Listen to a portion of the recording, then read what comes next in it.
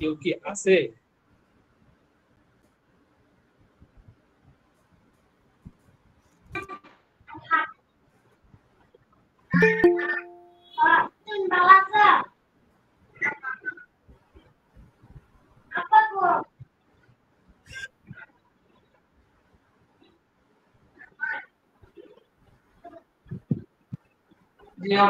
আচ্ছা, লাইনে আছি।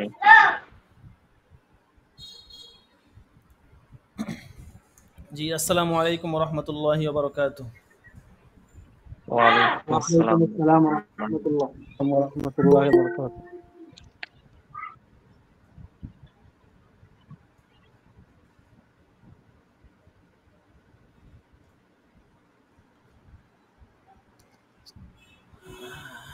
জি, আমার কথা আশা করি আপনারা সকলেই পুরোপুরি শুনতেছেন। আজকে হঠাৎ করে নেটের একটু সমস্যা হচ্ছিল, যার কারণে আর কি ক্লাসে আসতে দেরি হয়েছে। কথা শুনছি এখন। তো আজকে আমাদের সবক যে কিতাব থেকে হবে, এটা একটা আপনার মূলত অনেক জায়গাতে আপনার এই কিতাবটার একটা উর্দু আছে, আল্লামা তকি উসমানী সাহেবের আর কি, ওইটা পড়ানো হয়। তো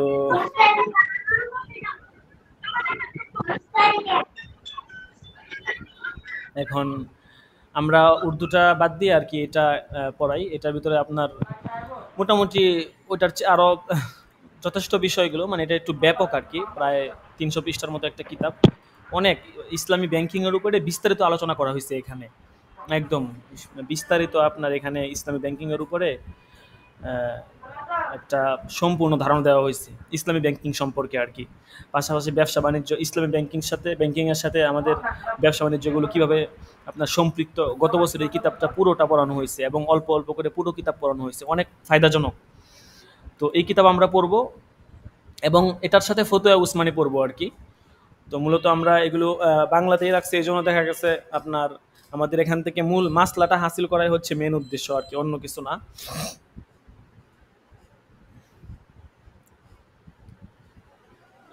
আল্লাহু আকবার। তো যাই হোক, দেখেন, তো বইটা, কিতাবটার নাম হচ্ছে সুদ ও ইসলামী ব্যাংকিং কি ও কেন। যারা আমাদের থেকে কিতাব নিছেন তারা তো আপনারা কিতাবের জন্য আমাকে ক্লাসের আগে পরে নক দিবেন, তাইলে আর কি দেওয়াটা সহজ। অন্য অন্য অন্য যে সময় নক দেন, ওই সময় তো আসলে অনেক সময় অফিসে থাকি না, অনেক সময় একটু বাহিরে থাকি, বাহিরে ব্যস্ততা থাকে, পরে দিব ভাবি, পরে আর মনেও থাকে না। এই জন্য ক্লাসের সময়টা তো নক দিলে সব দিক থেকে সুবিধা আর কি। এই জন্য যারা কিতাব আমাদের কাছ থেকে নিছেন তারা আমাকে ক্লাসের সময় নক দিবেন, ক্লাসের পরে আর কি নক দিবেন।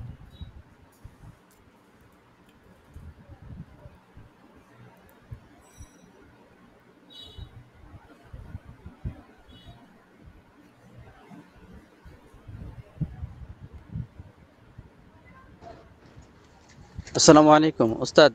জি, আমরা যারা কিতাব নিয়েছি, আমরা কি কিতাবের সময় নক দিব নাকি কিতাব, সরি, আমাদের ক্লাসের সময় নক দিব নাকি ক্লাসের আগে পরে? একটু ক্লিয়ার করলে ভালো হতো। যারা কিতাব নিয়েছেন তারা হচ্ছে ক্লাসের পরে নক দিবেন আর কি, মানে ক্লাসের পরে বা ক্লাসের যদি কিতাব না না পেয়ে থাকেন ক্লাসের সময় নক দিতে পারেন, হোয়াটসঅ্যাপে নক দিবেন আমাকে। যারা আমাদের কাছ থেকে কিতাব নিয়েছেন তারা আর কি, সবাই তো আর কিতাব নেয়নি, অনেকে নিছে অনেকে নেয়নি। আহ,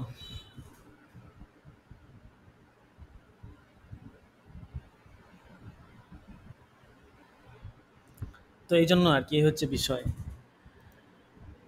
তো যাই হোক, তো দেখেন, আপাতত স্ক্রিন থেকেই ধরেন, তারপরে আমাদের কাছ থেকে যারা কিতাব নিছেন তারা আপনার আপনার শাহাদাত এফতা, আপনাকে তো আমি হোয়াটসঅ্যাপ গ্রুপে অ্যাড করে দিছি, ঠিক আছে? হোয়াটসঅ্যাপ গ্রুপে আরবি মতনগুলো আছে, ওখান থেকে নিয়ে নেন মতনগুলা। আর আরবি আর যে মতন আছে বাকি এক দুইটা, ওইটা আপনি ক্লাসের পর আপনাকে দিয়ে দিব, ঠিক আছে? সমস্যা নাই। আচ্ছা দেখেন, সবক দেখেন। জি হুজুর। বিসমিল্লাহির রহমানির রহিম। সুদ ও ইসলামী ব্যাংকিং কিতাবের নাম আর কি। কি ও কেন কিভাবে, সুদ ও ইসলামী ব্যাংকিং কি, কেন ও কিভাবে।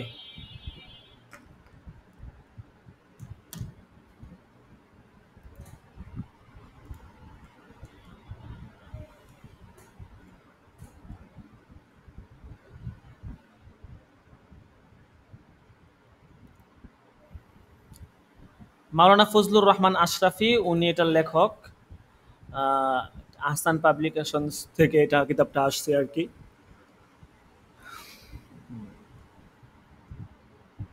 এখানে প্রাথমিক কিছু আলোচনা আছে, এগুলো দেখে নিয়েন।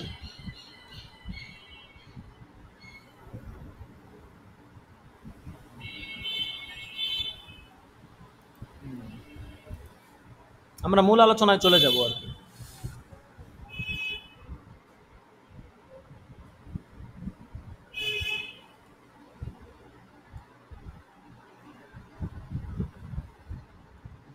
তবে আমরা এখানে একজনের বাণী দেওয়া আছে, এটা পড়তে পারি।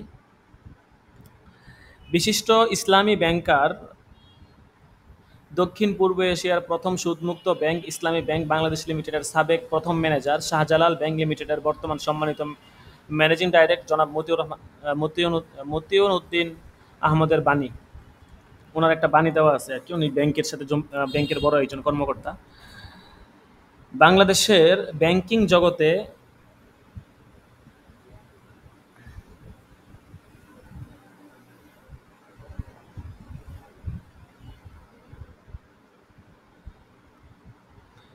সুদমুক্ত ইসলামী ব্যাংক ও ব্যাংকিং ব্যবস্থা ইতিমধ্যে একটি উল্লেখযোগ্য স্থান দখল করে নিতে সক্ষম হয়েছে। ব্যাংকের গ্রাহক এবং জনগণের মধ্যে ইসলামী ব্যাংকিং ব্যবস্থা সম্পর্কে জানার আগ্রহ দিন দিন বৃদ্ধি পাচ্ছে। কিন্তু বাংলা ভাষায় ইসলামী ব্যাংকিংয়ের উপর লেখা বইপত্রের সংখ্যা অপ্রতুল্য। মদ্যপান করতে কিংবা শূকরের মাংস খেতে দিলে আমরা আটকে উঠি, কারণ তা হারাম ও ঘৃণিত। এই হারাম বস্তু প্রাণ গেলেও গলধকরণ করি না, কিন্তু সুদ তার চেয়ে ভয়াবহ ও মারাত্মকভাবে হারাম হওয়া সত্ত্বেও আমরা সুদকে যেন সহজেই গ্রহণ করছি।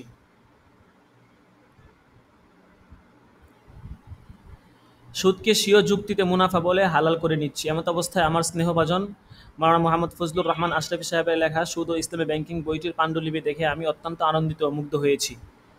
কর্মজীবনে তিনি একজন ইসলামী ব্যাংকার। ইসলামী ব্যাংকিংয়ে তার রয়েছে দীর্ঘদিনের বাস্তব অভিজ্ঞতা, ফলে স্বাভাবিকভাবে এই বইটি যথেষ্ট গুরুত্ব বহন করে।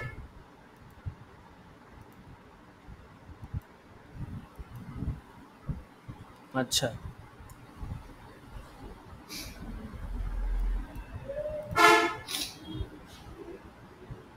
বইটির ভাষা অত্যন্ত সহজ ও সাবলীল হয়েছে। সময়ের চাহিদা অনুযায়ী এই ধরনের একটি বই লিপিবদ্ধ করার জন্য আমি লেখককে অভিনন্দন জানাচ্ছি এবং বইটির বহুল প্রচার কামনা করছি। Matiuddin Ahmad, managing director, Shahjalal bank limited, Bangladesh. তো আসলেই এই বইটা আপনার অনেক সহজ, মানে এখানে অনেকগুলো বিষয় আপনার তুলে ধরা হয়েছে আর কি। অনেকগুলো বিষয়, এক দুইটা বিষয় না, অনেকগুলো বিষয় এখানে আপনার তুলে ধরা হয়েছে। তো দেখা গেছে খুব সহজেই আর কি, মানে আপনার বড় বড় কঠিন বিষয়গুলা আপনার খুব সহজেই সংক্ষেপে এখানে তুলে ধরা হয়েছে, বুঝছেন? তো দেখা গেছে পার্থক্যগুলাও দুই ভাগে লেখা হয়েছে, যার কারণে আপনার মানে কিতাবটা বোঝাটা খুবই সহজ। তো যদি এমন হইতো যে আপনার দেখা গেছে আরবি অথবা মানে আমাদের জন্য বোঝাটা কঠিন, তো এরকম হলে একটা কথা ছিল। তো খুব সহজেই আর কি লেখা হয়েছে, যার কারণে আমাদের জন্য এটা বোঝাটা খুবই সহজ, আমরা সহজেই এই কিতাবটা বুঝতে পারবো।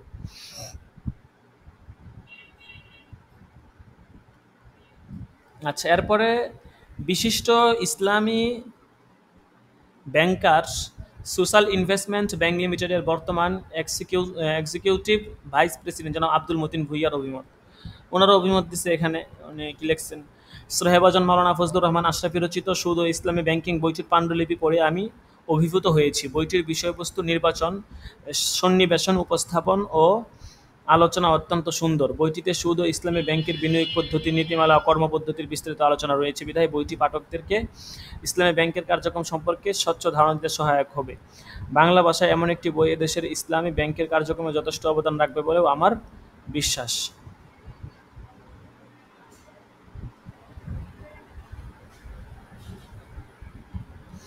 তার রচিত অন্যান্য বইগুলো আমার ভালো লেগেছে। ব্যাংকের দৈনন্দিন কাজে চরম ব্যস্ততার মধ্যেও তার এ মহৎ উদ্যোগ অবদানের জন্য তাকে আন্তরিক মুবারকবাদ জানাচ্ছি এবং ইসলামী ব্যাংকিংয়ে আরও মূল্যবান অবদান রাখার তৌফিক দানের জন্য মহান আল্লাহ পাকের নিকট দোয়া করছি।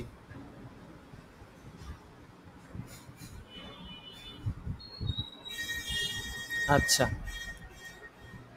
তারপরে আর কার অভিমত দেওয়া আছে এখানে? কার অভিমত এটা? বিশিষ্ট ইসলামী ব্যাংকের প্রশিক্ষক আল আরাফা ইসলামী ব্যাংক লিমিটেডের সিনিয়র ভাইস প্রেসিডেন্ট জনাব এ কে এম ফজলুল হকের অভিমত। আচ্ছা, এরপর থেকে কিতাব শুরু হয়ে গেছে, ঠিক আছে, ওনার অভিমতটাও পড়ি। আচ্ছা, এটা আপনারা পড়ে নিয়েন, আমরা মূল আলোচনায় চলে যাই, এটা তো জরুরি না, জরুরি কিছু না। প্রথমেই সূচির মধ্যে লেখকের কথাটা সূচির মধ্যে আনা হয়েছে আর কি। লেখক সূচিতে কিছু কথা বলবেন, সূচির মধ্যে লেখকের কথাটা আনা হয়েছে, ঠিক আছে। তারপরে আপনার এখানে অনেকগুলো অধ্যায় আছে। প্রথম অধ্যায় হচ্ছে আপনার ইসলামের দৃষ্টিতে রিবা বা সুদ কেমন, এটা নিয়ে। তারপরে আপনার এখানে দ্বিতীয় অধ্যায় হচ্ছে বিনিয়োগের ইসলামী পদ্ধতি ও শরঈ বিধান, এটা নিয়ে। হ্যাঁ, তৃতীয় অধ্যায় হচ্ছে ইসলামী ব্যাংক ও ব্যাংকিং, এটা নিয়ে। ব্যাংকের পুঁজি সংগ্রহ, এটা নিয়ে আলোচনা আছে। ব্যাংকের বিনিয়োগ পদ্ধতি, এগুলো তৃতীয় অধ্যায়ের মধ্যে আছে আর কি। 3টা অধ্যায় আলোচনা করা হয়েছে আর কি। তো অনেক সুন্দর, মানে বইটা বিস্তারিত আর কি, মানে বাংলাতে, কিন্তু বইটা অনেক সুন্দর। ইসলামী অর্থনীতির উপরে চমৎকার আলোচনা। প্রথমে আমরা আজকে লেখকের কথাটা পড়বো এবং রিবার প্রাথমিক কিছু আলোচনা পড়বো, এবং আমরা ফতোয়া উসমানী থেকে কিছুটা সবক শুনবো। আর ফতোয়া উসমানীটা যারা কিতাবের জন্য টাকা দিচ্ছেন, তাদের মধ্যে কেউ যদি ফতোয়া উসমানী পেয়ে না থাকেন, আমাকে হোয়াটসঅ্যাপে নক দিবেন, ফতোয়া উসমানী প্রথম খণ্ড আপনাদেরকে দিয়ে দিব আর কি। আর ফতোয়া উসমানী আপনারা পড়বেন, আমরা এখানে পড়বো না, আমরা শুধু শুনবো, কিন্তু আপনাদেরকে পড়তে হবে। আমরা শুধু শুনবো, পড়বেন আপনারা।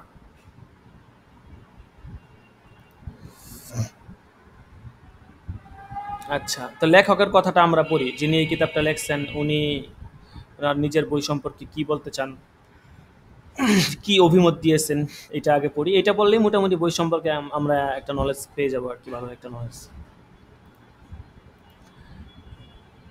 লেখকের কথা। বিসমিল্লাহির নাহমাদুহু ওয়া নুসাল্লি আলা রাসূলিহিল কারীম। বিসমিল্লাহির রহমানির রহিম।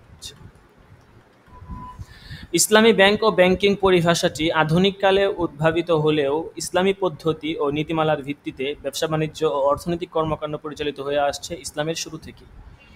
আল্লাহর রাসূল সাল্লাল্লাহু আলাইহি ওয়াসাল্লাম বাইতুল মাল প্রতিষ্ঠা করে ইসলামী রাষ্ট্রের অর্থনৈতিক সকল কর্মকাণ্ড পরিচালনা করেছিলেন।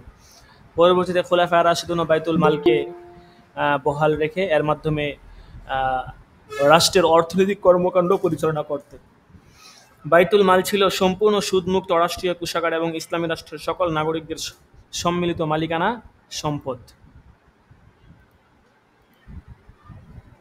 আচ্ছা, তারপরে দেখেন, কিন্তু কালের বিবর্তনের সাথে সাথে বিবিধ কারণে মুসলমানগণ তাদের হাতে আর রাষ্ট্রীয় ক্ষমতা ধরে রাখতে পারেনি। ক্রমান্বয়ে তারা পাশ্চাত্যের সংস্পর্শে এসে সুদী অর্থব্যবস্থার সাথে জড়িত হয়ে পড়ে। রাষ্ট্রীয় অর্থনৈতিক কর্মকাণ্ড পরিচালনার জন্য ধীরে ধীরে প্রতিষ্ঠিত হয় সুদভিত্তিক ব্যাংকিং ব্যবস্থা। শত শত বছর সুদী ব্যাংকিং ব্যবস্থার সাথে জড়িত থাকার ফলে বর্তমানে ব্যাংক বলতে অনেকেই সুদকেই বুঝি, মানে অনেকে আমরা ব্যাংক বলতে কেমন যেন সুদেই বুঝি আর কি। বর্তমানে আধুনিক বিশ্বে ব্যবসা বাণিজ্য, রাষ্ট্রের অর্থনৈতিক কর্মকাণ্ড পরিচালনা এবং জনগণের অর্থের নিরাপত্তা বিধানে ব্যাংকের গুরুত্ব প্রয়োজনীয়তা অপরিসীম। কিন্তু ব্যাংকিং ব্যবস্থা জনগণের জন্য উপকারী ও কল্যাণমুখী তখনই হবে যখন ব্যাংক থেকে সুদ প্রথাটি রহিত হবে। তাই দেশ বিদেশের শত শত ইসলামী চিন্তাবিদ, পণ্ডিত, গবেষক, আইনবিদ ও ব্যাংকারদের অক্লান্ত পরিশ্রম ও ত্যাগের বিনিময়ে বিংশ শতাব্দীর মাঝামাঝি থেকে বিশ্বে প্রতিষ্ঠিত হয়ে থাকে সুদবিহীন ইসলামী ব্যাংকিং ব্যবস্থা।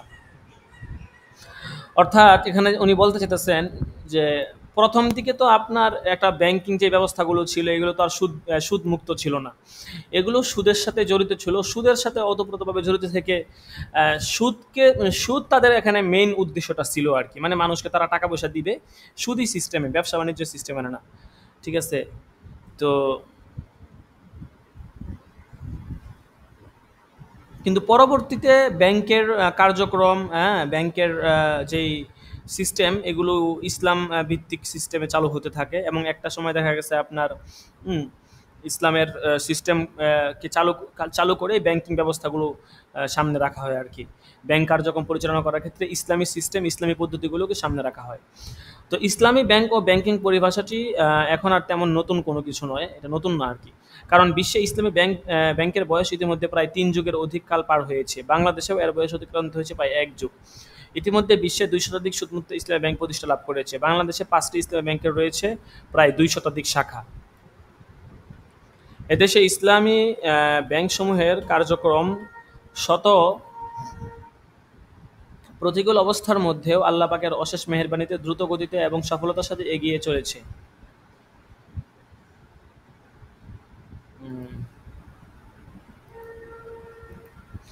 ক্রমান্বয়ে নতুন নতুন ইসলামী ব্যাংক প্রতিষ্ঠিত হতে যাচ্ছে। ইসলামী ব্যাংকের প্রতি জনগণের উদ্দীপনা ও আগ্রহ দিন দিন বৃদ্ধি পাচ্ছে। গ্রাহক সংখ্যাও দিন দিন বৃদ্ধি পাচ্ছে।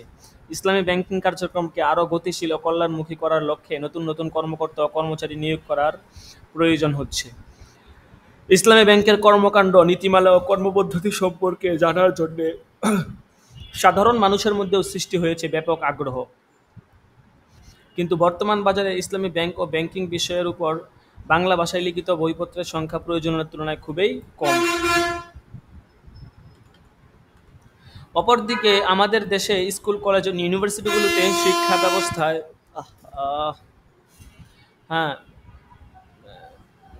শিক্ষা ব্যবস্থায় ইসলামী অর্থনীতি ও ব্যাংকিং বিষয়টি অনুপস্থিত থাকার কারণে যারা শিক্ষাজীবন শেষে কিংবা সুদী প্রতিষ্ঠান থেকে এসে ইসলামী ব্যাংকে চাকরিতে যোগদান করেন, প্রথম অবস্থায় তাদের অনেকেরই ইসলামী ব্যাংকের নীতিমালা ও কর্মপদ্ধতি জানা থাকার কারণে ইসলামী ব্যাংক ও সুদী ব্যাংকের মধ্যে সহজে কোনো পার্থক্য নির্ণয় করতে পারে না। ফলে অনেক সময় বিভিন্ন বিষয়ে তারা দ্বিধাদ্বন্দ্বে ভোগেন। তাদের ভাষায় ইসলামী ব্যাংকের লেনদেন আর সুদী ব্যাংকের লেনদেন তা দেখতে প্রায় একই রকম। তাহলে পার্থক্য কোথায়? সুদী ব্যাংক থেকে যারা ইসলামী ব্যাংকের গ্রাহক হন তাদেরও রয়েছে ইসলামী ব্যাংক ও ব্যাংকিং সম্পর্কে বিস্তারিত জানার আগ্রহ। এছাড়া ডিপোজিটর এবং শিক্ষিত সাধারণ লোকদের জানার আগ্রহ তো আছেই।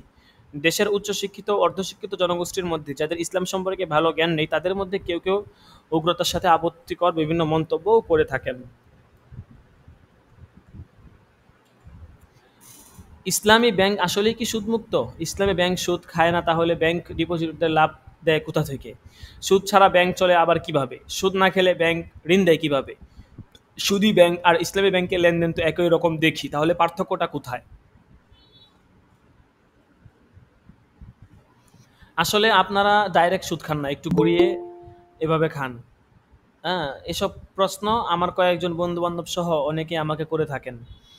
আমি একটি ইসলামী ব্যাংকের সাথে খানিকটা জড়িত আছে বলেই হয়তো বা তাদের এত সব জিজ্ঞাসা। আর এসব জিজ্ঞাসা অস্বাভাবিক কিছু নয়। হয়তোবা তাদের ধারণা আমার নিকট হতে তারা সঠিক জবাব ও তথ্য পাবে। আমিও তাদের ইসলামী ব্যাংক ও ব্যাংকিং সম্পর্কে সাধ্যমতো বোঝানোর এবং বিভিন্ন প্রশ্নের জবাব দেওয়ার চেষ্টা করি।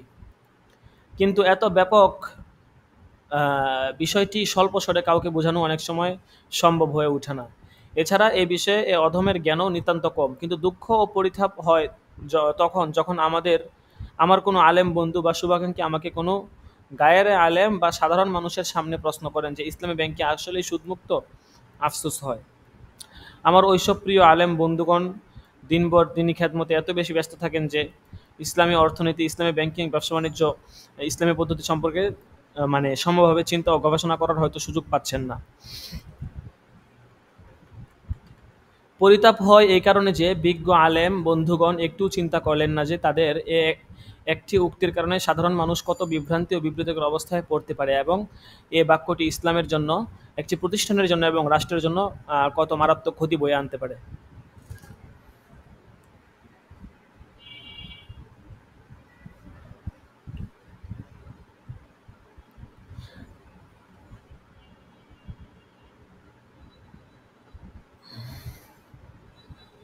আচ্ছা, এখানে আসলে কি বলতে চাইতেছে? মানে উনি বলতে চাইতেছেন যে সুদী ব্যাংকিং আর হচ্ছে ইসলামী ব্যাংকিং, এই দুইটার মধ্যে পার্থক্য আছে। উনি এটা বলতে চাইতেছেন। উনি বলতেছেন যে সুদী ব্যাংকিংয়ের সিস্টেম একরকম, ইসলামী ব্যাংকিংয়ের সিস্টেম একরকম। এখন ওনার অনেক বন্ধু মানুষ, আলেম মানুষ, তারা ওনাকে বলে যে সুদী ব্যাংক আর ইসলামী ব্যাংক তো একই, আমরা তো একই দেখি। তো এটা উনি অনেকে বলে আর কি। তো উনি আর কি এই কথাটার কারণে খুবই মনঃক্ষুণ্ণ হন যে তারা আমাদের যারা আলেমরা আছেন অনেকে হয়তো ওনারা ইসলামী ব্যাংক সম্পর্কে ইসলামী ব্যাংকের কার্যক্রম সম্পর্কে ওনারা জানেনই না। আচ্ছা, একটা ফোন আসছে, একটু লাইনে থাকেন দেখি। ওয়ালাইকুম আসসালাম। জি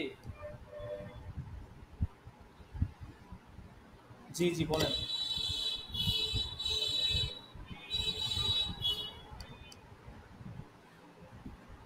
আচ্ছা আচ্ছা, আমি আমি ক্লাসে আছি, ঠিক আছে।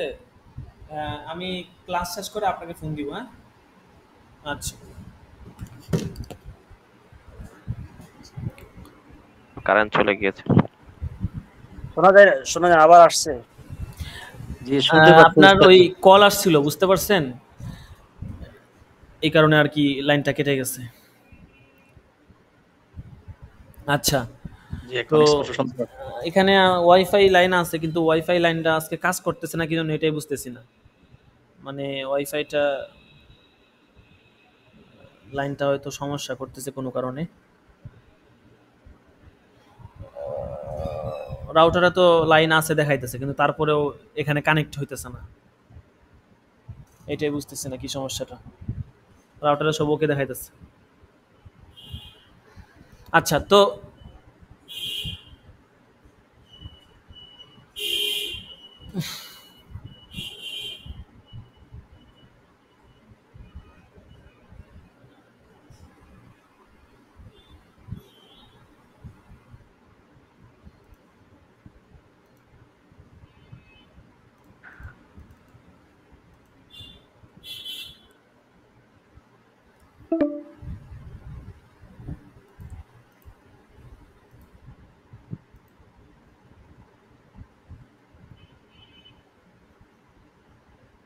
জি জি।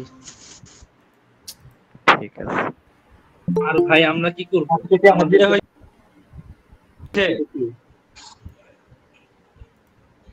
আমরা সবাই যারা আছি পরিচিত হইলে মনে হয় ভালো হবে। আজকে কি হাজির হয়েছে নাকি? না, হাজিরা হয় না এখনো। আচ্ছা আচ্ছা, দেখেন, মানে আমি ওয়াইফাই হাজিরা এখন পর্যন্ত। আচ্ছা জি জি ঘুরি। ওয়াইফাই লাইনটা সমস্যা করতেছে, তো ওয়াইফাইটা চালু করার কারণে ডাটা দিয়ে যে কানেক্ট করা, ডাটাটা চলে গেছে আর কি, এই কারণে আবার নেটে সমস্যা করছে। আচ্ছা ঠিক আছে, দেখেন আমি ডাটা দিয়ে শেষ করে নিই, সমস্যা নাই। তো যেটা বলতেছিলাম, তো উনার কত আলেম বন্ধুগণ তারা আর কি বলতেছে যে তারা আর কি ইসলামী ব্যাংক সম্পর্কে একটু বিরূপ মন্তব্য করে। এখন বাস্তবতা আসলে আমিও জানি না, মানে আসলে তো ইসলামী ব্যাংকের একটা আলাদা নিয়ম কানুন আছে, এটা তো আমরা সবাই জানি। সুদ ব্যাংকিং এবং ইসলামী ব্যাংকিং এর মধ্যে অবশ্যই পার্থক্য আছে। এখন বিষয়টা হচ্ছে যে আমাদের ইসলামী ব্যাংক যেগুলো আছে, যে মানে যেগুলো ইসলামের নাম দিয়ে চলে, এরা আসলে এদের উসুলগুলো কতটুকু মানে, এটাই হচ্ছে মেইন বিষয়, বুঝতে পারছেন। এখন দেখা গেছে মানে আমার মনে হয় না, ব্যক্তিগতভাবে আমি জানি না কতটুকু মানে আসলে। ঠিক আছে, মানে আমি এটা সঠিক বলতে পারি না। আপনারা হয়তো কেউ বলতে পারলে বলতে পারবেন। বাকি আমার এই সম্পর্কে আপনার কোনো অভিজ্ঞতা নাই আর কি, আপনাদের আছে কিনা আমি জানি না। তো যদি আপনাদের কারো এই সম্পর্কে অভিজ্ঞতা থাকে আমাকে বলতে পারেন। বাকি আমার মনে হয় না ইসলামী ব্যাংকগুলো পুরোপুরিভাবে তাদের ইসলামী নীতিমালাগুলো মানে। ঠিক আছে, হয়তো কোনো কোনো ব্যাংক মানে, কিন্তু সমস্ত ব্যাংক ঢালাওভাবে মানে কিনা এটা আমার বিশ্বাস হয় না আর কি। কারণ এই জমানায় এসে এত কঠিনভাবে সবগুলো নীতিমালা ফলো করা এটা খুব কঠিন একটা কাজ আর কি।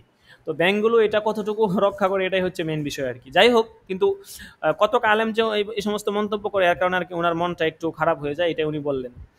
তবে যে দেশের গোটা অর্থব্যবস্থা সুদভিত্তিক, স্কুল কলেজ ও ইউনিভার্সিটিতে ইসলামী শিক্ষা অবহেলিত এবং ব্যাপকভাবে ইসলামী অর্থনীতি এবং ব্যাংকিং শিক্ষা অনুপস্থিত, এবং যে দেশের জনগণ দীর্ঘদিন যাবৎ সুদী অর্থব্যবস্থার সাথে সম্পৃক্ত, সে দেশের কিছু কিছু লোকের এরূপ ধারণা অস্বাভাবিক কিছু নয়। এমত অবস্থায়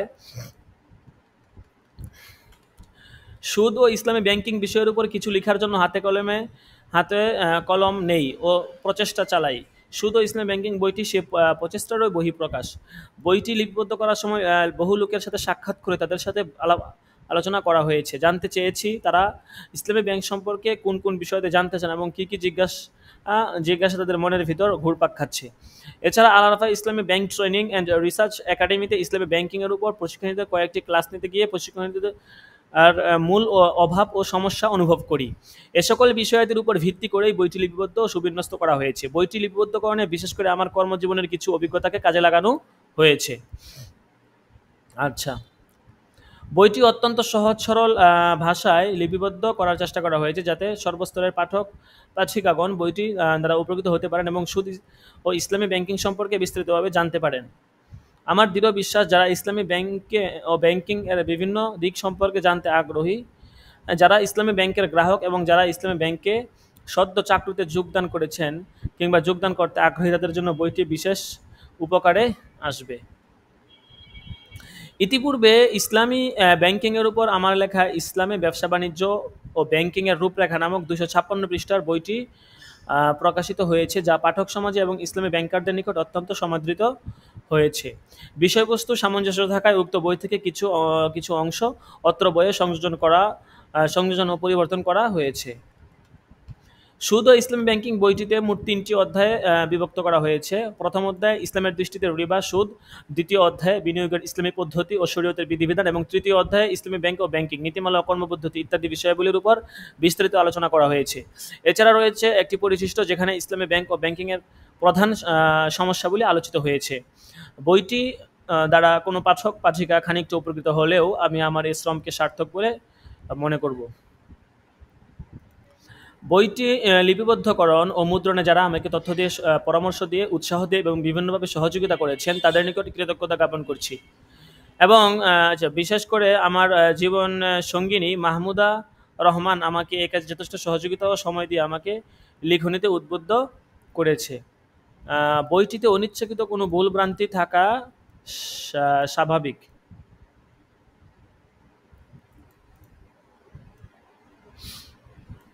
কারণ মানুষ মাত্রই ভুলের ঊর্ধ্বে নয় এবং সবার চিন্তাধারাও একরকম নয়। তবে আপ্রাণ চেষ্টা করেছি বইটিকে নির্ভুল করতে। পাঠক সমাজের নিকট অনুরোধ, বইটিতে মারাত্মক কোনো ভুলভ্রান্তি পরিলক্ষিত হলে এবং আমাকে অবহিত করা হলে কৃতজ্ঞ হব এবং পরবর্তী সংস্করণে তা সংশোধন করার চেষ্টা করা হবে ইনশাআল্লাহ।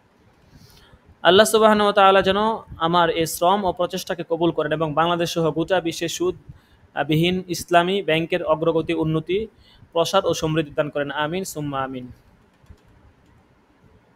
আচ্ছা, দেখেন তো এখানে আপনার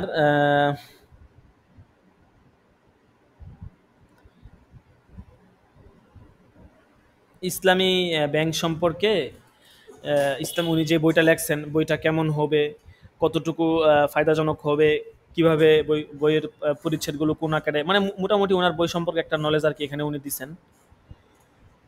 তো যাই হোক, আমরা আজকে এ পর্যন্তই থাকবে প্রথম অধ্যায়। পরবর্তী সবক থেকে আমরা শুরু করবো ইনশাল্লাহ। তো এখানে কোরআনে রিবা সম্পর্কে আলোচনা এখানে আনা হয়েছে, অনেক সুন্দর আলোচনা। আপনারা মনে করেন যে যারা বিভিন্ন মসজিদে খেদমতে আছেন, আপনারা যদি চান যে রিবা সম্পর্কে একদিন মসজিদে আলোচনা করবেন, আপনারা এখান থেকে আলোচনাগুলো নিতে পারেন। অনেক সুন্দর আলোচনা, মানে কত নাম্বার সূরায়, কত নাম্বার পারায়, কত নাম্বার আয়াতে, কত নাম্বার পৃষ্ঠা, এই সমস্ত কিছু খুব সুন্দর করে মানে তুলে ধরা হয়েছে। ঠিক আছে, তো কাজেই আপনারা যারা সুদ সম্পর্কে কুরআন হাদিস থেকে তথ্য জানতে চান তারা সহজে আপনার এই বই থেকে সহজেই তথ্য জানতে পারবেন আর কি।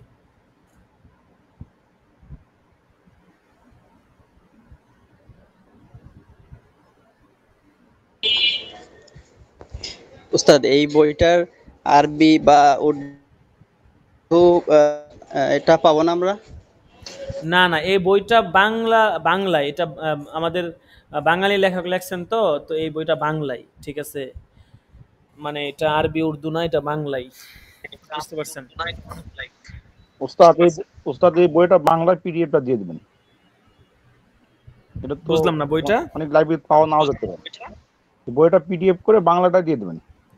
হ্যাঁ হ্যাঁ, পিডিএফটা তো আছে। পিডিএফটা আপনারা যারা নিবেন, পিডিএফটা যারা আমাদের থেকে বই নিছেন তারা হোয়াটসঅ্যাপে আমাকে পিডিএফ চাইলে আমি দিয়ে দিব, সমস্যা নাই। পিডিএফ তো আমি তো পিডিএফ দিলে তো আমি আসি, বইটা ওই পিডিএফ এ দিলে এটা ক্লাস শেষ হওয়ার পরে আমাকে নক দিয়েন, আমি পিডিএফটা দিয়ে দিব। ঠিক আছে, তবে এই বিষয়ে আরো কিছু বই আমার পড়া আছে। পিডিএফ এর শুভেচ্ছা মূল্য হচ্ছে 100 টাকা। 100 টাকা পিডিএফ এর শুভেচ্ছা মূল্য 100 টাকা। গ্রুপে দিয়ে দিলে ভালো হতো সবার। বুঝলাম না, কি বললেন? ওই গ্রুপে দিয়ে দিলে ভালো হতো। গ্রুপে তো সবার জন্য না, আমাদের তো বইগুলো উন্মুক্ত না, বুঝতে পারছেন? কারণ আমরা তো এগুলো তো দেখা গেছে যারা বই নেয় শুধু তাদের জন্য, সবার জন্য তো না। আমাদের যেগুলো আরবি মতনগুলো এগুলো তো গ্রুপে দেওয়া হয়েছে, এগুলো সবার জন্য উন্মুক্ত, কিন্তু সমস্ত বই তো সবার জন্য উন্মুক্ত না। ও আচ্ছা। হ্যাঁ হ্যাঁ, এগুলো আপনি বাংলা বাজার থেকে কিনে নেবেন, বাংলা বাজার থেকে কিনে নেওয়া আপনার দায়িত্ব, বই দিয়ে দেওয়া তো আমাদের দায়িত্ব না। তারপরে তো আমরা বলছি যে তারপরে যাদের বইয়ের অর্থনৈতিক নামগুলো সমস্যা দিয়ে আছে দিলে তারা তাই চাইলে দিতে হয়। আমাদের কাছ থেকে বইয়ের প্রতিটি নামগুলো বই দিয়ে দিলে হয়। শুভেচ্ছা মূল্য বাবদ শুভেচ্ছা ফি দিয়ে এখান থেকে নিতে পারেন।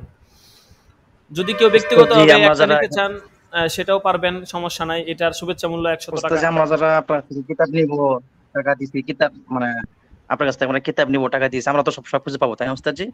জি জি, যারা টাকা পয়সা দিয়েছেন কিতাব নিবেন তারা আমাকে হোয়াটসঅ্যাপে নক দিয়েন, ক্লাসের পরেই আমি যেগুলো এখন পড়ানো হচ্ছে এগুলো দিয়ে দিব, সমস্যা নেই। জি উস্তাদ জি, জাযাকাল্লাহ আচ্ছা খাইরান।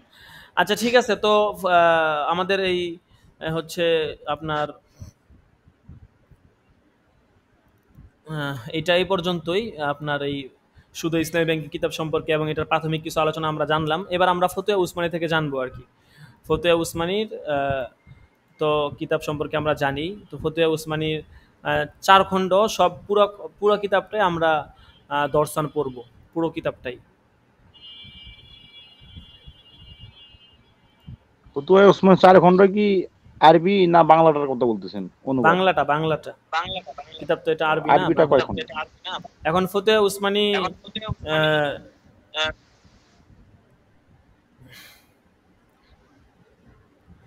ফতুয়া উসমানী আপনারা প্রথম দিন তো যেহেতু আমি একটু পড়ে দিই, সমস্যা নাই, কিন্তু আপনারা যারা কিতাব আমাদের কাছ থেকে নিছেন তারা পরবর্তীতে হচ্ছে আপনারাই পড়বেন সব সময়, আমরা আর পড়বো না। ঠিক আছে, আপনারাই পড়বেন, আপনারাই মোতালা করে আসবেন সামনে। উস্তাদ জি, আপনার কথা ডাবল আসতেছে, কথা ডাবল আসছে উস্তাদ জি। আমরা 4 খণ্ড পুরোটাই দর্শন পড়ব। মাওলানা তাকি উসমানী সাহেবের জীবনী, এটা তো সবকে বলাই হয়েছে, এখান থেকেও দেখে নিতে পারেন, কিছুটা আছে। অনুবাদ করছেন মাওলানা মুহাম্মদ আব্দুল আলিম, মুহাদ্দিস, জামালুল কোরআন মাদ্রাসা, গেন্ডারিয়া, ঢাকা, ফরিদাবাদ মাদ্রাসার দিকে বইগড় থেকে ছাপছে। তো দেখছেন প্রথম খণ্ডের মূল্য 400 টাকা লেখা, পুরো 4 খণ্ড প্রায় মনে হয় 1800 থেকে 2000 টাকা হবে আর কি। আল্লাহু আকবার।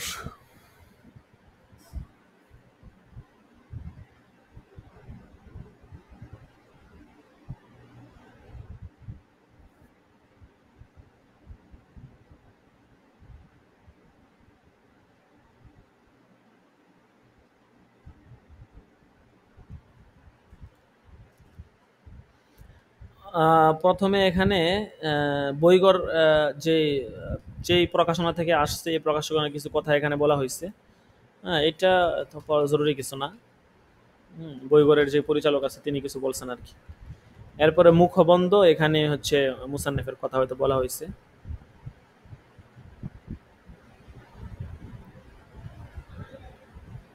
তাকি উসমানী সাহেব কিছু কথা বলছেন আর কি, বইয়ের শুরুতে লেখকের কিছু কথা থাকে না, তো উনি এই কথাগুলো বলছেন। আমরা আজকে অল্প অল্পই পড়বো, শুধু এই মুখবন্ধটাই পড়বো আর কি।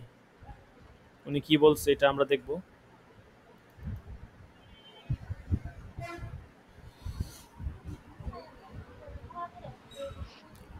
আলহামদুলিল্লাহি রাব্বিল আলামিন ওয়াসসালামু আলা রাসূলিহিল কারীম ওয়া আলা আলিহি ওয়া আসহাবিহি আজমাইন, আম্মা বাদ। যখন থেকে জ্ঞান হয়েছে তখন থেকে ওয়ালেদ মাজেদ হযরত মাওলানা মুফতি মুহাম্মদ শফি সাহেব রহমতুল্লাহ আলাই এর ফয়েজে আমাদের বাড়িতে ফতুয়া আদান প্রদানের চর্চা দেখে আসছি। ফলে ফিকহি অনেক মাসআলা ঘরের সেই পর্যালোচনা থেকে ইয়াদ হয়ে গিয়েছিল, কিন্তু কাউকে মাসআলা বলে দেওয়া বা লিখে দেওয়ার বিষয়ে দিলের ভিতরে সবসময় ভয় থাকতো। মাদ্রাসায় পড়াকালে মনে এই খেয়াল আসেনি যে কখনো ফতুয়ার লেখার জিম্মাদারি কাঁধে অর্পিত হবে। 1377 হিজরিতে দারুল উলুম করাচিতে হেদায়া ওয়ালাইন ইত্যাদি পড়ছিলাম। তখন আমার বয়স চান্দ্র হিসাব অনুসারে 15 বছর। শাবান ও রমজানের ছুটিতে সম্মানিত উস্তাদ হযরত মাওলানা মুফতি ওয়ালি হুসাইন সাহেব রহমতুল্লাহ আলাইহি প্রতিদিন আমাদের বাড়িতে আগমন করে ফতুয়ার কাজ করতেন। আমি খুব বেশি তার পাশে গিয়ে বসতাম এবং তার লেখা ফতুয়া পড়তাম। একদিন হজরত আমাকে একটি দরখাস্ত দিয়ে বললেন, বলো তো এই সওয়ালের জবাব কি হবে? মাসআলা ছিল তালাক সংক্রান্ত এবং সরল সোজা। আমি সঠিক জবাব দিয়ে দিলাম। হজরত বললেন, ঠিক আছে, এখন এই জবাব এই দরখাস্তের উপর লিখে ফেলো। যখন লেখার পর্ব এলো তখন আমার দিলের ভিতরে ভয় হতে লাগলো, কিন্তু মুহতারাম উস্তাদ সাহস দিলেন। আমি জবাব লিখে দিলাম এবং স্বাক্ষরের জায়গা শূন্য রাখলাম। হজরত সেই লিখিত জবাবের উপর বিশুদ্ধতার সমর্থন লিখলেন এবং নিজে স্বাক্ষর করে দিলেন। এরপর 1779 হিজরি মোতাবেক 1958 ইসাই সনে আমি হজরত মাওলানা মুফতি রশিদ আহমদ সাহেব রহমতুল্লাহ আলাইহির কাছে মিশকাত শরীফ পড়া শুরু করলাম। তখন হজরত আমাকে এবং ভ্রাতৃবর হজরত মাওলানা মুহাম্মদ রাফি সাহেবকে কিতাবাদি থেকে মাসাইলের জবাব বের করার অনুশীলন করতে উৎসাহ দিলেন। সুতরাং তখন থেকে হজরত কিছু কিছু প্রশ্ন দিয়ে ফেকার কিতাবাদি থেকে সেগুলোর জবাব বের করতে হুকুম দিতেন। আমরা জবাবসমূহ খুঁজে বের করে বেশিরভাগ মৌখিক এবং কখনো কখনো লিখিতভাবে হজরতের খেদমতে পেশ করতাম।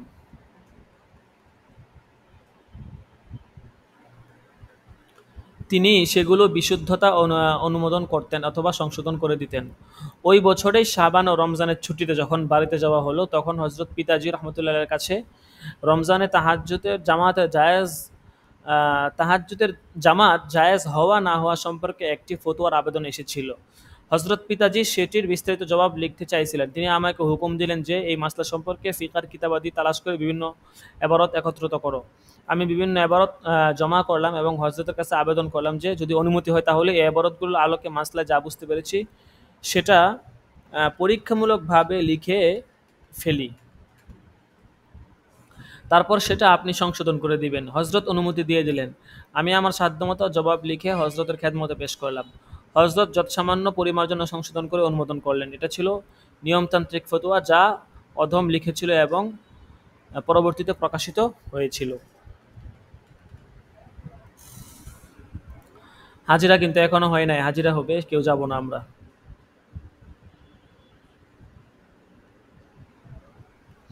দাওরায়ে হাদিসের বছর হজরত মুফতি রশিদ আহমদ সাহেব রহমতুল্লাহের কাছে মাসলা মাসাইলের বের করার মশক জারি থাকলো। তারপর দাওরায়ে হাদিসের পর রীতিমতো ইফতা বিভাগে হজরত পিতাজিয়ার নিকট ফতুয়া লেখার মশক শুরু করলাম। তখন এ ধারণা তৈরি হয় যে ফতুয়ার কাজ শুধু ছোট ছোট মাসলা ইয়াদ করা বা কিতাবাদি মনস্থ করার নাম নয়, বরং আরও অনেক অনেক নীতিমালা সামনে রাখতে হয়। এখানে অনেক কথা এমন রয়েছে যেগুলো দরাবাধা নীতির বাইরে মুফতির নিজস্ব ফিকহি দক্ষতা এবং তার রুচি ও মেজাজের সাথে সংশ্লিষ্ট।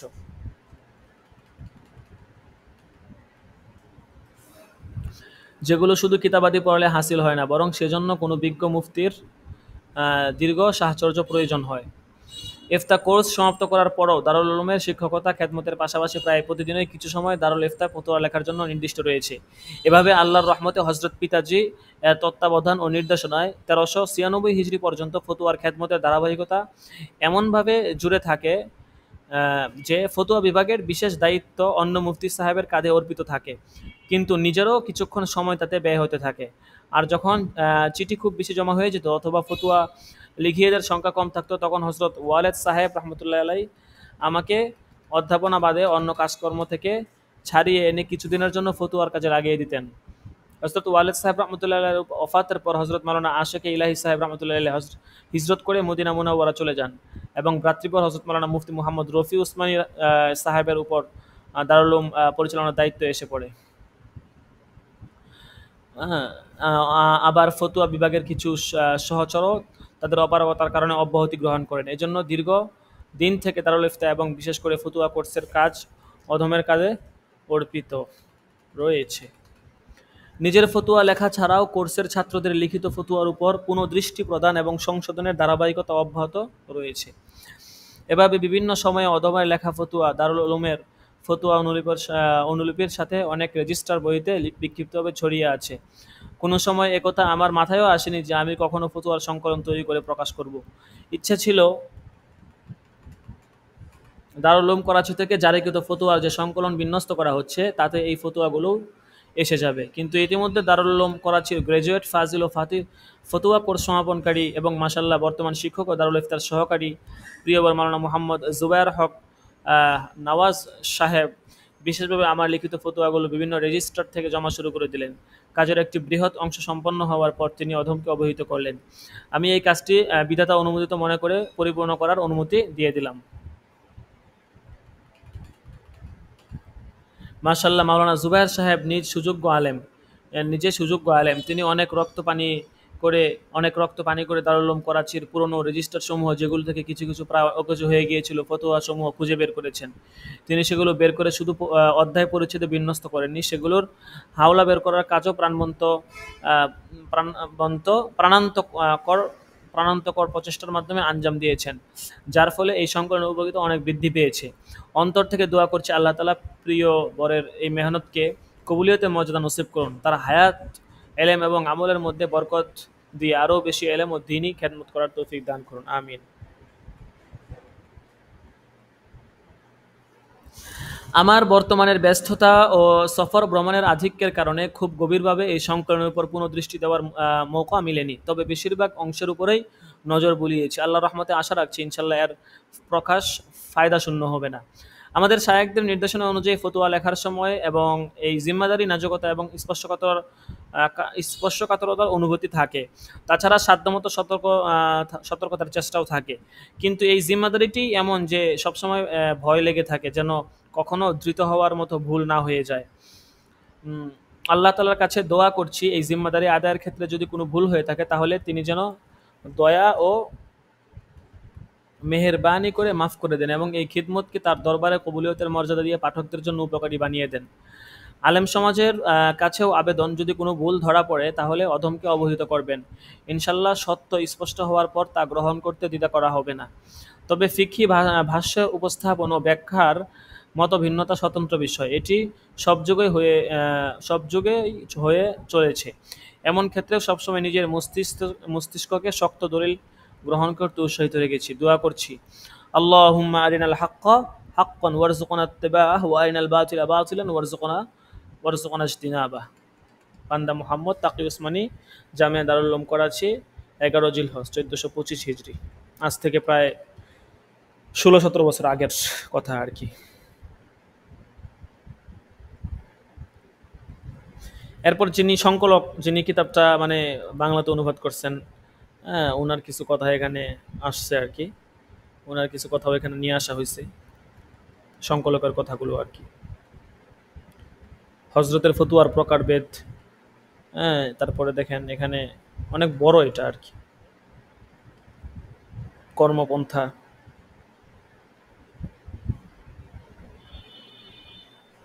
এটা অনেক বড় লেখা। তো আজকে প্রথম সবক, তো এই জন্য অল্পতেই শেষ করে দিব, কিন্তু আমরা পরবর্তীতে ইনশাল্লাহ এক দিন 20 পৃষ্ঠা 30 পৃষ্ঠা করে পড়ব। আর এটা আপনারাই পড়বেন, কে কোন দিন পড়বেন ঠিক করে নেবেন, ঠিক আছে? সবাইকেই পড়তে হবে। যাদের কাছে ফতোয়া উসমানী নাই তারাও এই কিতাব বের করবেন, বের করে এটা পড়বেন।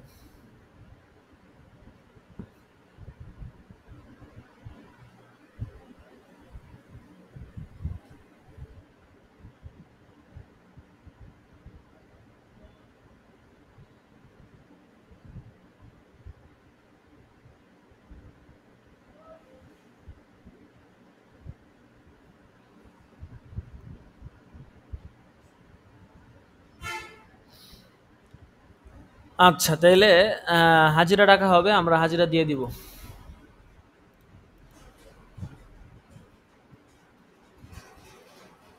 আর কি বলেন? হয়ে গেল, কোর্স কি শেষ নাকি? বলবেন কিছু? মানে ক্লাস কি শেষ হয়ে গেল নাকি? হ্যাঁ, আজকে এ পর্যন্তই থাকবে। ইনশাল্লাহ আপনাদেরকে কিতাব দেওয়া হবে, আপনারা কিতাব মুতালা করে আসবেন, ঠিক আছে? কিতাব মুতালা করে আসবেন। আগামী সবকে এই ফতোয়া উসমানী থেকে প্রায় 30 থেকে 40 পৃষ্ঠা পড়া হবে এবং আপনার ইসলামী ব্যাংকিং থেকেও পড়া হবে। ইসলামী ব্যাংকিং থেকে আমি পড়াবো, তবে আপনারা চাইলে আপনারাও পড়তে পারেন, তবে আপনারা নিজেরা মুতালা করে আসবেন। ঠিক আছে? আপনারা মুতালা করে আসবেন এবং আপনাদেরকেই পড়তে হবে, ঠিক আছে? আর যেখানে বুঝবেন না সেখানে তো আমরা বুঝাইয়া দিব, সমস্যা নাই। হাজিরা টাকা হবে, এখন দেখি অনেকে চলে যেতেছে।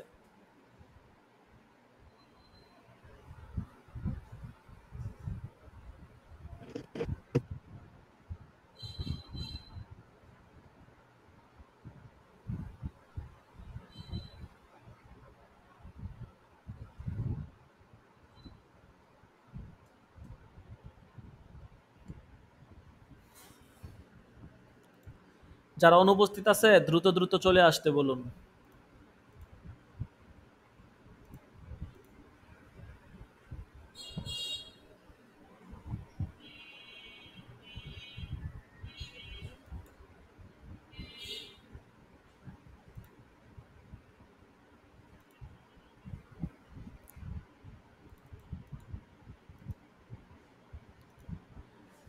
আবু নাইম,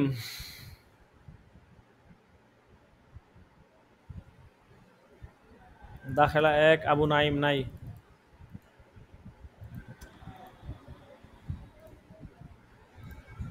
সারোয়ার হুসাইন, সারোয়ার হুসাইন নাই।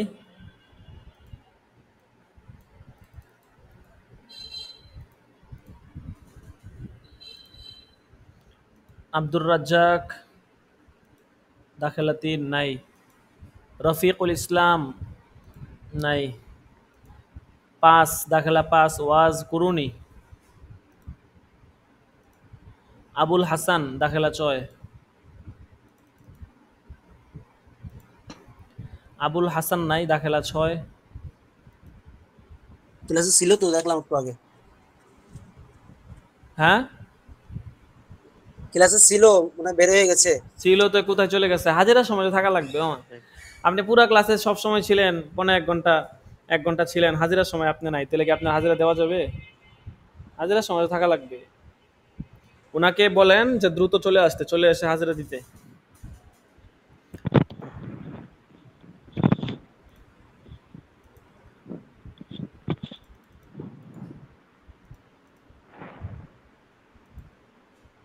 তারপরে দাখেলা 7, আব্দুল বাসুর ফারুকি নাই।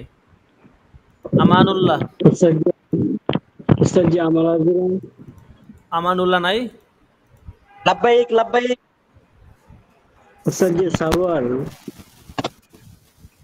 দ্বিতীয়। মুহাম্মদ মুরসালিন,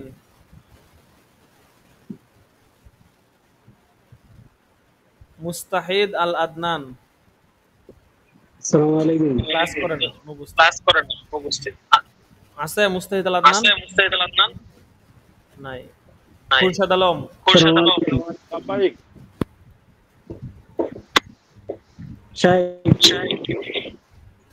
খুরশাদ আলম লাব্বাইক। জি লাব্বাইক।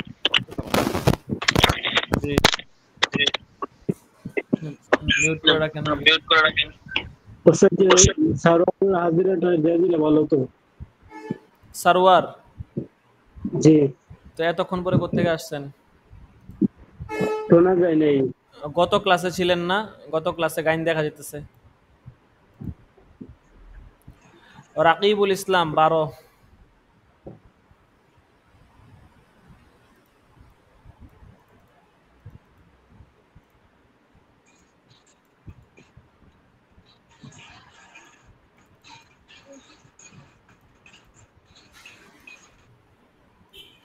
মোহাম্মদ আবু ইউসুফ 13। লাব্বাইক উস্তাদ জি আছি।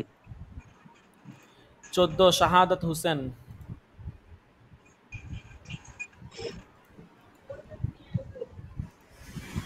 শাহাদাত হোসেন নাই, 14। 15, সাকিবুল ইসলাম। লাব্বাইক। 16, আবু নাইম।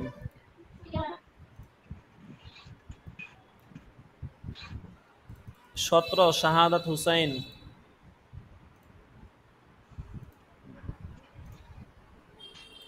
এটা কোন শাহাদাত? ওই যে ক্লাসে জয়েন হইতে পারতেছে না, সম্ভবত এই শাহাদাত না? জি মনে হয় উস্তাদ জি উনি হবে। তো উনি বুঝলাম না, উনি মানে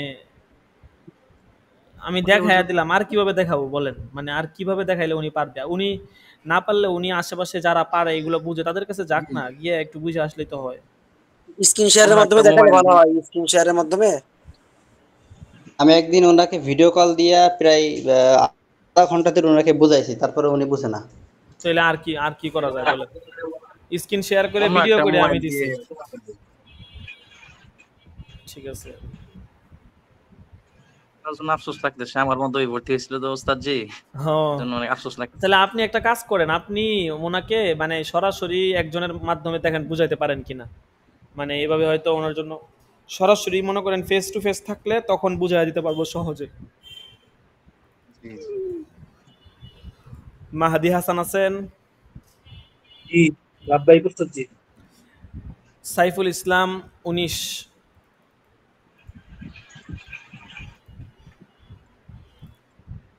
রাফিউল ইসলাম রাফি 20, রাফিউল ইসলাম রাফি কি নাই? একদিন গাইনপুরে যাওয়া মানে অনেক কিছু নাই। আব্দুর রহমান সিরাজি,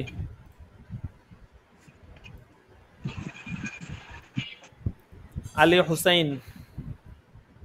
লাভবাহিক। আপনি গত ক্লাসে ছিলেন না কেন? কত ক্লাস? নেটে সমস্যা ছিল ওস্তাদজি, ক্লাসে ছিলেন? আমি ঢুকছিলাম দেখি নাই। ঢুইকে আবার 2-4 মিনিট থেকে বাইরে হয়ে গেছেন নাকি? জি অনেক নেটে ডিস্টার্ব দিতেছিল। এরকম হলে তো চলবে না, জানাইতে হবে আগে। আচ্ছা দেখা যাক, চলতে থাকুক। যদি সবগুলো ক্লাসে থাকেন 1-2 গাইন মওকুফ করে দেওয়া যাবে, সমস্যা নাই। এরশাদুল্লাহ 23, লাভবাহিক। মোহাম্মদ মাসুম বিল্লাহ 24, লাভবাহিক। আবু বকর সিদ্দিক 25, লাভবাহিক। 26 আল আমিন তারিফ 26 নাই, 27 আল আমিনও নাই। অ্যাক্টিভ মানুষ প্রথম দিকে খুব অ্যাক্টিভ, এখনো খবর নাই। 28 হাসানুর জামান, লাভবাহিক। আপনার নামটা তো হবে হাসানুজ্জামান।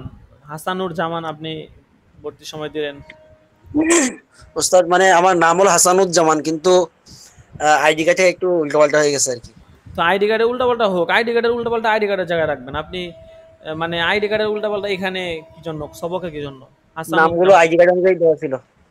না ঠিক আছে, কিন্তু এই জন্য ডাকার ক্ষেত্রে তো হাসানুর জামান না, আপনি কাগজপত্রে ব্যবহার করতে পারেন, কিন্তু এখন যেহেতু নাম ডাকা হচ্ছে ক্লাসে, ওই জি ক্ষেত্রে হাসানুজ্জামান হবে। হ্যাঁ। 29 আল আমিন, 30 ওয়াইজ আল করনি,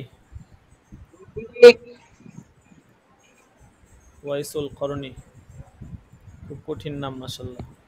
31 মাহাদি হাসান,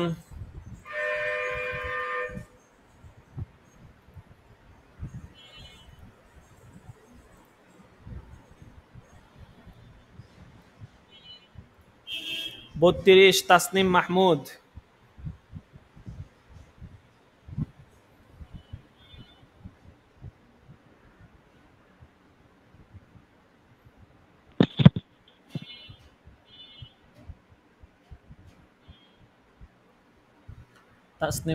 নাই। 33 তুফাইল আহমদ। লাভবাহিক। এর আগের ক্লাসে আপনার গাইন দেখা যাচ্ছে। হুজুর আমার নেট শেষ হয়ে গেছিল তো এই জন্য আমি আচ্ছা ঠিক আছে, যদি থাকতে নিয়মিত পারিনি থাকতে হঠাৎ। পারেন তাহলে পরবর্তীতে দেখি জি একটা জি গাইন না হয় খাইতে দেবো, সমস্যা নাই। এরপরে 34 ইনশাআল্লাহ। আনোয়ার হোসেন আছে নাই? ঠিক আছে, তো তৃতীয় নাম্বার দর্স আমাদের আলহামদুলিল্লাহ শেষ আমাদের হয়ে গেল। ক্লাসে এত ছাত্র উস্তাদ জি। জি বলেন। আমাদের ক্লাসে এত ছাত্র। হ্যাঁ হ্যাঁ, অনেক ছাত্র তো, কিন্তু অনুপস্থিত থাকে না তো। সবাই মনে ইনশাআল্লাহ করেন থাকবে উপস্থিত থাকে না, সমস্যাটা এটাই এরকমই আর কি। দেখা গেছে আপনার সবাই যদি উপস্থিত থাকতো তাহলে তো ভালোই হইতো। ঠিক আছে, অনেকেই দেখা গেছে ক্লাস করতে পারে না, ভিডিও দেখে ধরে নেয়, তো অনেকেই অনেক সমস্যার মধ্যে থাকে। তো ছাত্র আরো অনেকে আসতেছে। যে একটু আগে একজন ফোন দিল, হয়তো ভর্তি হওয়ার জন্য ফোন দিচ্ছে।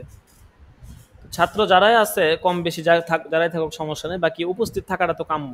যদি উপস্থিতই না থাকেন, মানে মাত্র 3 দিন ক্লাস হয়, অল্প সময় ক্লাস হয়, আমরা নেশাব করে রাখছি, তো তো আমরা নেশাব অনুযায়ী পড়াবো আর কি, চিন্তার কোনো কারণ নেই। কিতাবাদি সবগুলো শেষ হয়ে যাবে।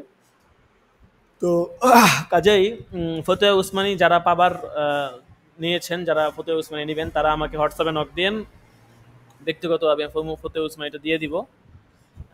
তো দিয়ে দিলে ফতোয়া উসমানীটা আপনারা মোতালা করে আসবেন, এবং ফতোয়া উসমানীটা আপনাদেরকেই পড়তে হবে, ঠিক আছে?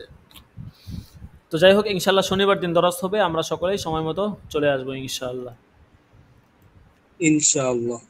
এখন কি বের হয়ে যাবে ওস্তাদ জি? জি জি জি, এখন ইনশাআল্লাহ। দরস বের হয়ে যাবে। আজকে এই পর্যন্তই। সকলে ভালো থাকবেন, ইনশাআল্লাহ শনিবার দিন দেখা হবে। আসসালামু আলাইকুম ওয়া রাহমাতুল্লাহি ওয়া বারাকাতুহু। ওয়ালাইকুম আসসালাম। ওয়ালাইকুম আসসালাম ওয়া রাহমাতুল্লাহি ওয়া বারাকাতুহু। জাযাকাল্লাহ খায়ের। এ বেরেস।